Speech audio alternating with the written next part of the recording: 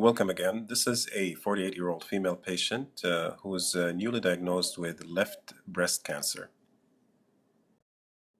The reason I'm showing this case is for a specific quick teaching point that I would love radiology residents to be aware of.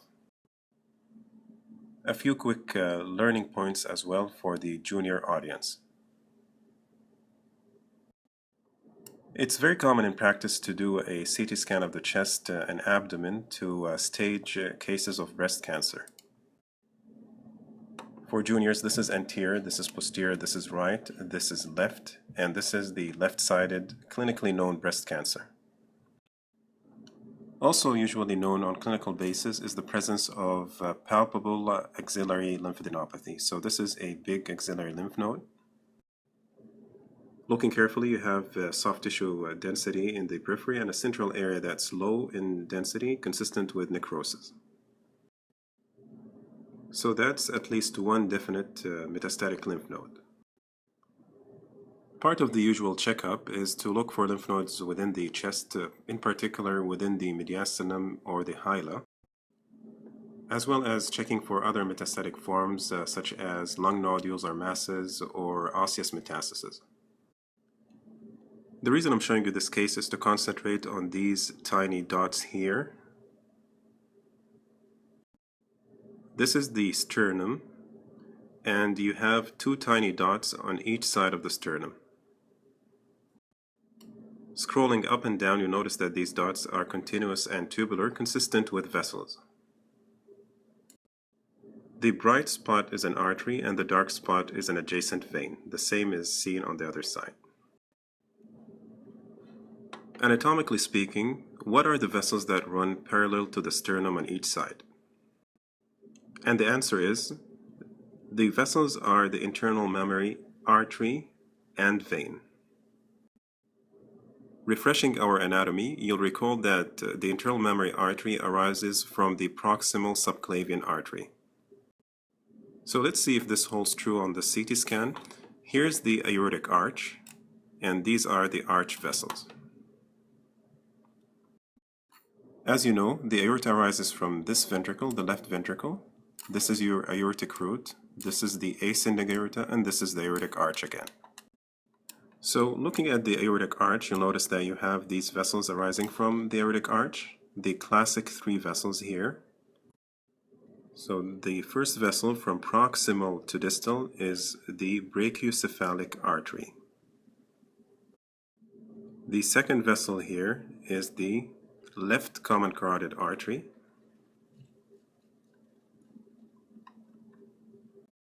And the most distal aortic arch vessel is the left subclavian artery. Notice how the subclavian goes to feed the arm.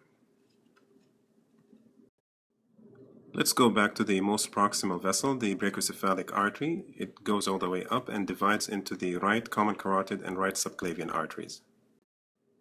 Now that you know your subclavians, let's see if the internal mammary arises from them. This is the proximal aspect of the right subclavian artery, and it gives you the right internal mammary. Let's do that on the left. This is the left internal mammary artery. If you follow it all the way back, it goes to the subclavian artery. So you know the internal mammary vessels. My teaching point here is you have to check for internal mammary lymph nodes. People always remember to check for supraclavicular, axillary, hilar, or mediastinal lymph nodes, but they tend to forget to look here. In cases of breast cancer, this becomes extremely important since this is a common location for breast cancer metastasis. And when missed, this could be the site of the recurrence on follow-up examination. So it has major implications. Unlike lymph nodes elsewhere in the body, where you look for a short axis that exceeds 1 centimeter to be abnormal, the internal mammary lymph nodes should never be seen. When seen, you have to be very suspicious for lymphadenopathy. The right breast is normal, so let's look at the right internal mammary pathway, and if you look there, whatever you see are vessels, you don't see any lymph nodes. Now let's do that on the left. We know the patient has a left breast cancer. Here, the area is clean, there's nothing. But as you go all the way up, you have this soft tissue density surrounding the internal mammary vessels consistent with a metastatic lymph node. This becomes a very important piece of information. If you see a lymph node in the internal mammary region, this could be a target for radiotherapy. And here's something you could put in your report. The radiotherapist would like to know the exact location and level where the lymph node is. That's because radiotherapy should be targeted to that specific location to avoid injury to other adjacent organs. So when you see internal mammary lymphadenopathy, your report will look more professional if you add at which level you see that.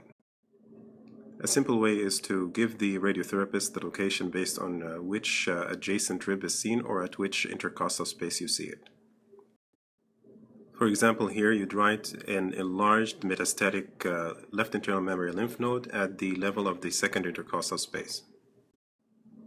So we learned from this case a little bit of anatomy, the internal mammary vessels, how they look, where they're located, and where they arise from. We also learned that you don't only look for mediastinal, hilar, or axillary lymph nodes. You should also look at the internal mammary lymph nodes. Unlike lymph nodes elsewhere, you should never see internal mammary lymph nodes. Any lymph node there of any size should be considered abnormal. In the context of malignancies, in particular breast cancer, which has tendency to go to internal mammary lymph nodes, mention the lymph node location, since that has implications in some patients where targeted radiotherapy would be implemented. And by that I end the case. Thanks for watching. As usual, send me your comments, whether negative or positive. It's always appreciated. And thank you for watching. See you with more cases later.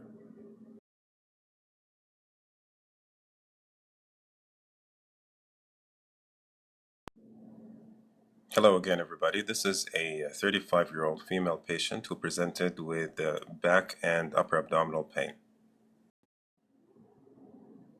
And this is the lateral chest x-ray on the same patient.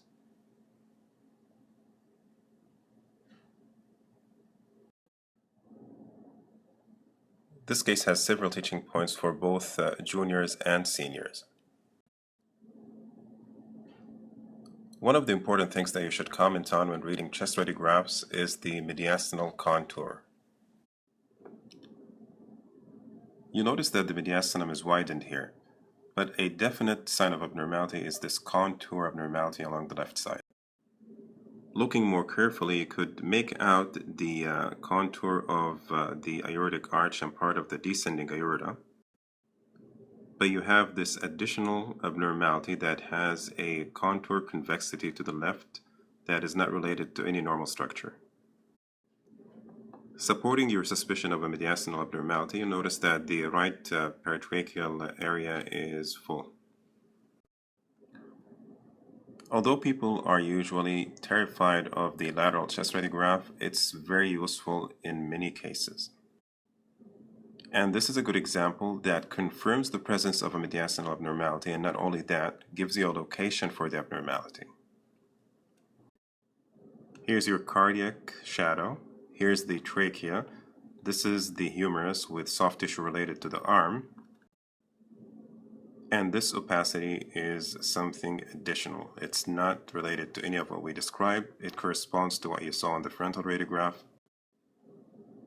And it's located in the anterior mediastinum.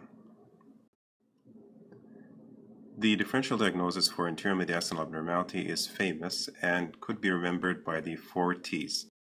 The first is thyroid lesions that extend through the thoracic inlet into the mediastinum. And that could be the simple thyroid goiter or thyroid nodules, whether benign or malignant, such as carcinomas or others. The second would be a thymic lesion. You have lots of thymic lesions, whether they're lymphoma or other lesions, but thymic lesions in general. An important note to remember here is that various thymic lesions could occur at any age. However, thymoma occurs after 40 years old. The third T is teratoma, which is one of the germ cell tumors. Teratomas are lesions that contain exaggeration of normal tissue in abnormal location. And that's why if this were to be a teratoma, you'd expect to see fat, bone, hair. teeth, and other soft tissue components. And obviously, teratomas are lesions of younger patients. Don't forget that you could have other germ cell tumors such as seminomas or others. The fourth T is T-cell lymphoma or terrible lymphoma. Lymphoma is common, and the reason we say it that way, we don't want to forget it. Remember that the anterior mediastinum is a common location for lymphoma of the chest, and it could occur at any age. Now, those four T's are the famous ones, are the common ones depending on the age and presentation. But let's not forget that there's a fifth T, which is tons of others. By that I mean that you could have lots of other less common entities such as metastases, abscesses, hematomas, or other lesions. Now that we discussed this abnormality here, have you noticed something else? If you're following one of the basic rules in reading chest radiographs, which is comparing the right and left for any differences, you'll notice something additional. And yes, you have this small nodular opacity in the left lower lung. Now that you saw this abnormality, let's see if we could find this on the lateral chest radiograph. To easily find this abnormality on the lateral X-ray, try to estimate the distance from a known landmark. The easiest way to do that is to estimate the distance from the aortic arch, so let's say from here all the way down there, and try to roughly apply that distance on the lateral X-ray. The reason we do this is that the lesion could be all the way from anterior to posterior, and that makes it difficult to find. And by doing that, you'll find the lesion that's about the same distance here. You know from the frontal X-ray that it's on the left side. Now you know that the patient has a true lung nodule in addition to the mediastinal abnormality that we discussed. Lung nodules are common, and they're typically either granulomas, carcinomas, carcinoid hamartomas, or isolated MITs. Now let's leave this for a while and see what happened to the patient on the follow-up chest X-ray. Here's the chest X-ray 1 month after the initial radiograph. You could tell already that the mediastinal abnormality has increased in size. It's also obvious that the lesion in the left lower lobe has increased in size as well. And if you look carefully, you'll notice that there are new tiny nodules in the left upper lung. These were not present on the initial X-ray. When you have rapidly developing or growing nodules, an infection is a reasonable possibility. However, in this case, the patient did not present like an infection, and she has another abnormality in the mediastinum, which brings us to the possibility of this being either lymphoma or metastasis with associated nodules of the same disease. Given the patient's young age, given what's common in the anterior mediastinum, you have to favor lymphoma. Add to that the patient was not known to have a primary malignancy that would metastasize. I'll give you a chance to look at the chest CT of the same patient.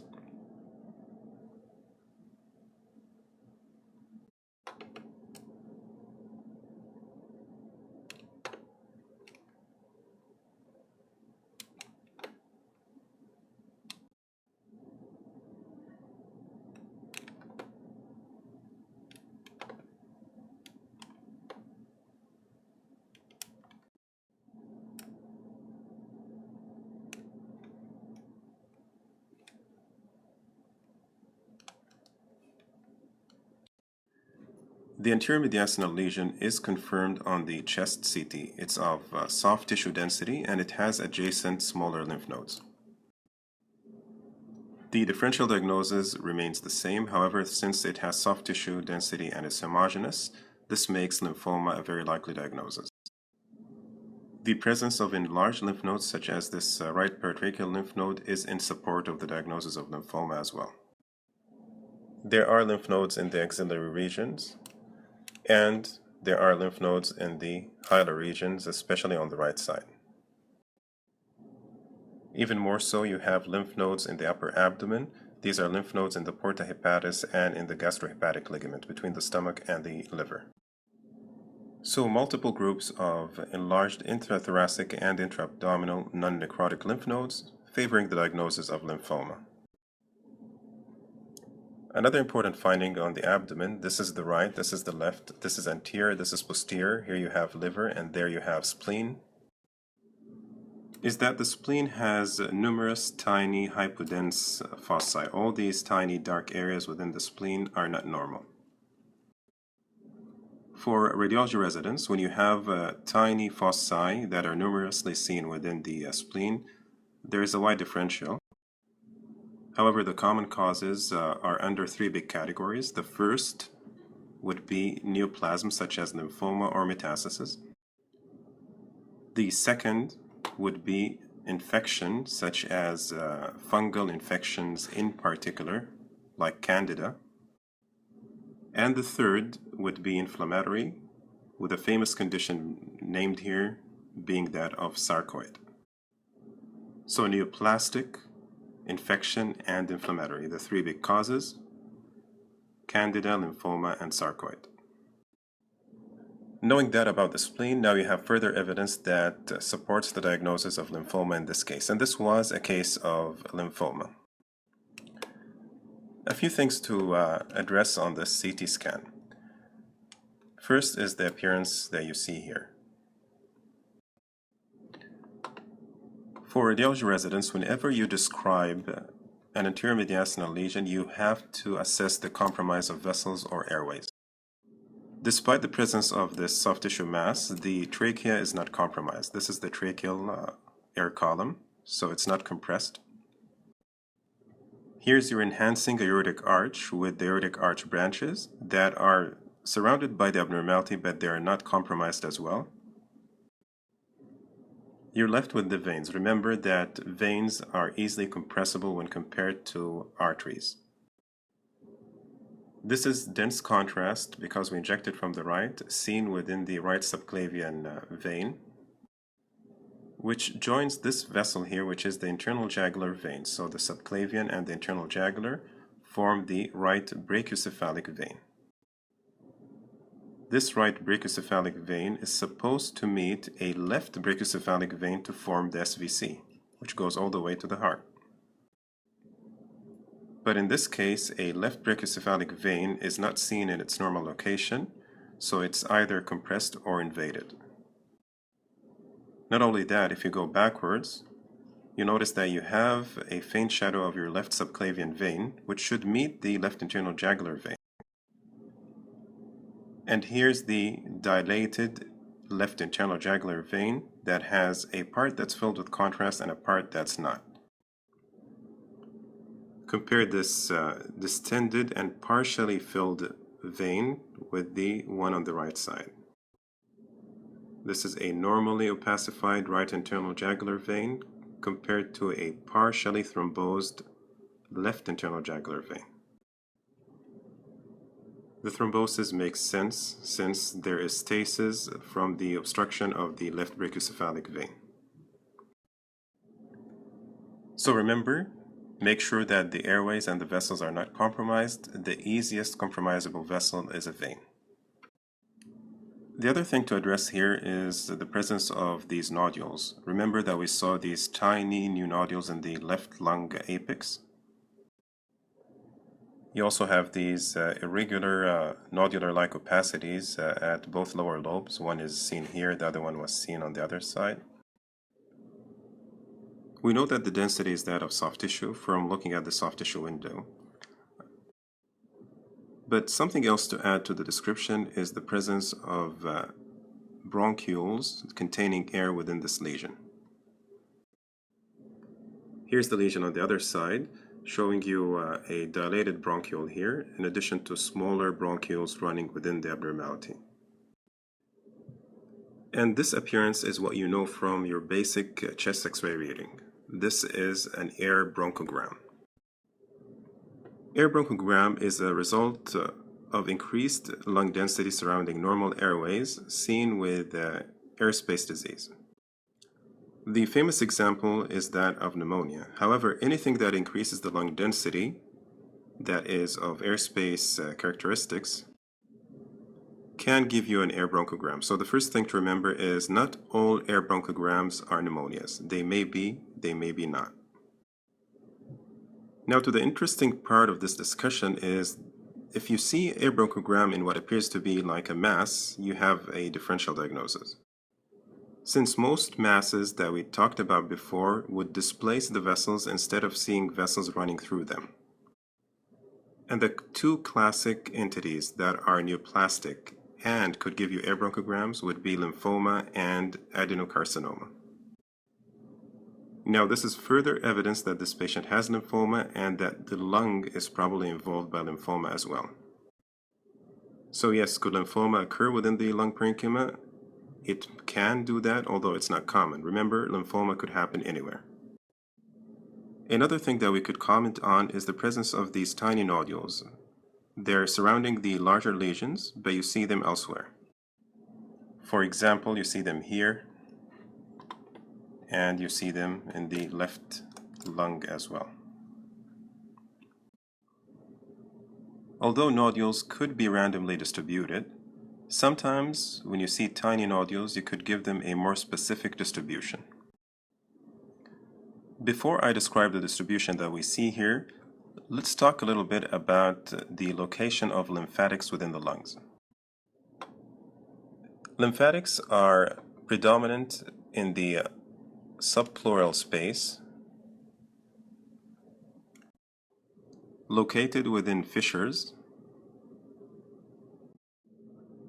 located within septations. These are the tiny components of the pulmonary lobule, which are equivalent to what you know as curly B lines on a chest X-ray, and around the hilar and peribronchovascular areas, around the vessels and the airways here.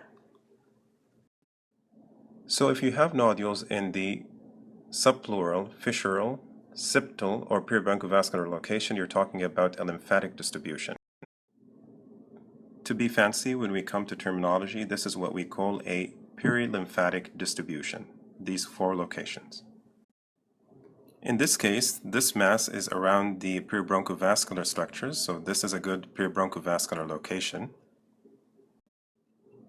Another indication of the peribronchovascular involvement is the beaded appearance and nodular appearance of the vessel here. It should be smooth. If you look at the nodules in the left upper lung, you almost appreciate that they're based on tiny lines, the septations. Here's a small one that shows the same thing, a septal involvement.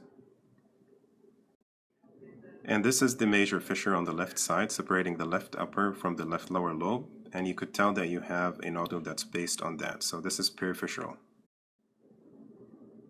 And here are a few nodules that are based on the pleura, and this is what we call a subpleural distribution. So you have nodules in the four locations: subpleural, peribronchovascular, septal, and perifissural, consistent with a perilymphatic distribution. Whenever you have a perilymphatic distribution, you're almost always speaking about a neoplastic process, which could be either lymphoma or metastasis. There are other rare entities for perilymphatic distribution, but lymphoma and metastasis, what we call lymphangitic carcinomatosis, are the common ones. Other non-neoplastic entities that could lead to the same appearance would include sarcoidosis or occupational lung disease, among others. What's neat about this is once you decide it's perilymphatic, it's very unlikely to be an infection. Since you know the patient has other features of lymphoma, the lung involvement is also consistent with lymphomatous involvement of the parenchyma. So this is a very good case with lots of teaching points. Let's summarize what we learned today. In addition to looking for mediastinal enlargement, always comment on contour abnormalities. When looking at chest X-rays, compare the right to the left side, and any additional opacity has to be explained. The lateral chest radiograph is more useful than what you think. You could give the location of mediastinal abnormalities, and you could locate lung parenchymal abnormalities. To easier identify an opacity that you see on the frontal radiograph and correlate it with the lateral, try to give that a distance from a landmark. For example, see the distance from the aortic arch and try to correlate that on the frontal and lateral X-ray to make sure that you're looking at the same thing.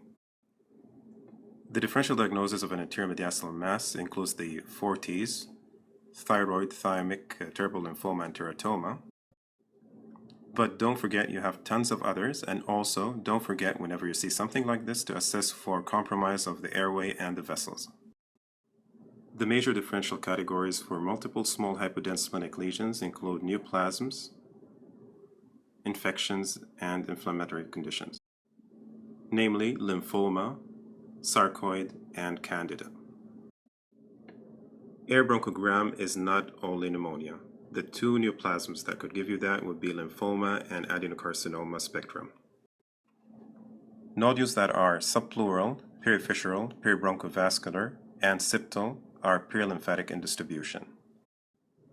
Perilymphatic distribution is unlikely an infection, and neoplastic causes such as lymphoma and lymphangitic carcinomatosis should be high on your list. Others in the perilymphatic category would include sarcoid or occupational lung disease such as silicosis. And this concludes this long case that has multiple teaching points.